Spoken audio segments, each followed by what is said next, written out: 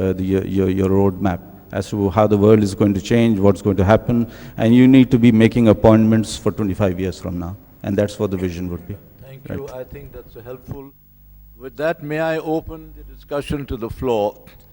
I have... One second. We are asked not to go into a state of depression because of the recession. Think forward, meet the challenges, plan ahead, and do something. If that's the view from this side of the hall, what about the ladies and gentlemen there? Could we start with some persons giving their views? How would you like to go about meeting today's challenges? And we have passed the stage, I think, of Mr. Moin Fudda being invited to have for a board meeting for a cup of tea and then a nice lunch, and then, as a Latin would say, Ave atque vale, hail and farewell. And there's a very nice Persian expression also. We met and we dispersed, but I can't remember it. But what can we do now in terms of interaction? Yes, I mean, more than that, yes, sir. President Saab. Yeah, two comments, sir. One is that I also share what Sarfraz says, that in a recession, as I mentioned, there is always an opportunity. It's a question of you identify and you do it, because and most of the time it is in recession that you have a better chance of getting ahead, because the psyche generally is cut back and put the hatches down. My other comment is a very interesting one. I listen to corporate governance, but I would say that boards are as good as who make them up. And I think the fundamental issue, particularly in the Pakistan context, is to do with, and I don't know the answer for it, how do you assess the composition or the guidelines for selecting people on the board, because they are the people who would finally advocate how well they understand the risk, the company, how the money is made, and how they can really help the CEO, because it's really the board who helps and sets the direction for the CEO and then delegates down. I think so. That's one question I have, which I think needs to be given some thought. I don't know whether it can be done through some guidelines back to companies, or there could be some disclosure requirements within the public limited companies as to how the composition of the board has done, because there are companies where people just come in just because they are friends or just because they are related, and that's where the trouble starts. Thank you. I think you're making a very good point as to the composition. How do persons get invited to join the board? The first, of course, is if they're shareholders, substantial shareholders, because of our system of cumulative voting. If somebody has got, in a board of 10, he has got, I think, how many, 11% or 9%, 9% share, 10% shares, he's guaranteed a seat. But more importantly, you're thinking of non-executive directors who can contribute. The criteria is what can he contribute in terms of thinking, strategic thinking, and from a wide range of disciplines and professions.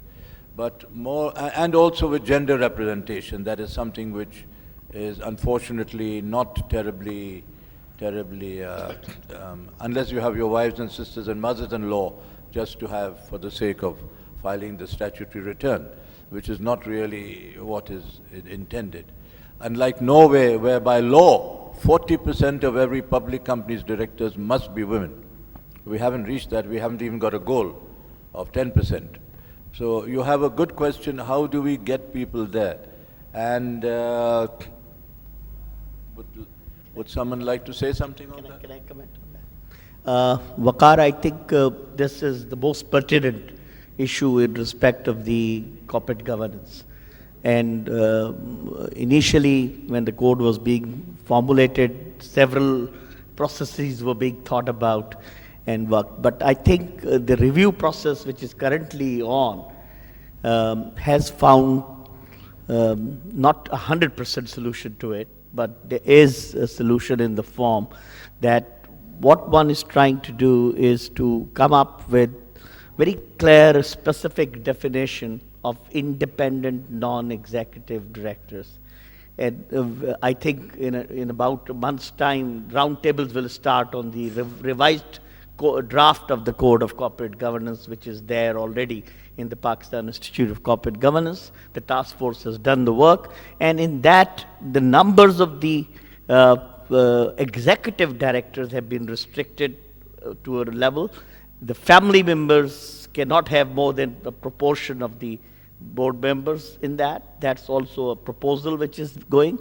And the third one is that the independent non-executive director numbers have to be a proportion of the board in that sense. And that has been brought in with a very clear definition, because there were a lot of issues on who could be independent and not independent in that sense, basically. So that's one of the way we are trying to do. If you recall, the initial draft of Code of Corporate Governance had a mechanism of two categories of shareholders electing two categories of directors. That didn't work out because the law didn't permit, and nobody was prepared to go to the amendment of the law at that particular stage. So the idea at one stage was that all those under a particular percentage of shareholding could come up and have the specific directors elected from within their group, basically, of that thing, and the rest of the could be from the majority. There were processes brought about all that, but it couldn't work. The nomination committee concept, which exists in the developed world, is the way forward in the medium to long term. But you are absolutely right. It all depends on the composition of the board. And if the composition of the board has more independence and professionals or properly qualified people, basically, I'm not saying professionals, then the board will operate more professionally. I have one other suggestion, Masood Saab, and that is in terms of the disclosure requirements, that we could make it mandatory that the risk management process in the company is properly disclosed, and the principles behind that are available to the public. There are some companies which do, some companies internationally, I think all good companies do disclose the risk management process. Yeah, it's included in the Chartered accountant discussion now. It's included, by the way. Yeah. Good. Come along now. Some more questions from the floor, please. We're all ready. If you are as to use an expression from a book, we are in the line of fire. Hi. I was speaking before, and I just wanted to make a comment about the link between performance measurement systems and diversity of the board and corporate governance.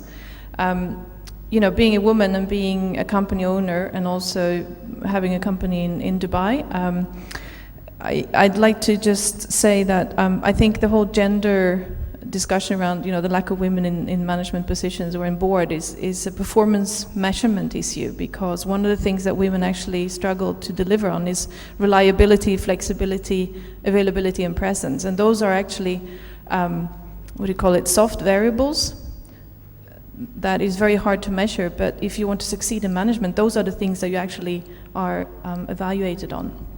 So my question is, what is the link between performance measurement systems and the corporate governance structure of a company? And also, how can we actually make boards more diverse?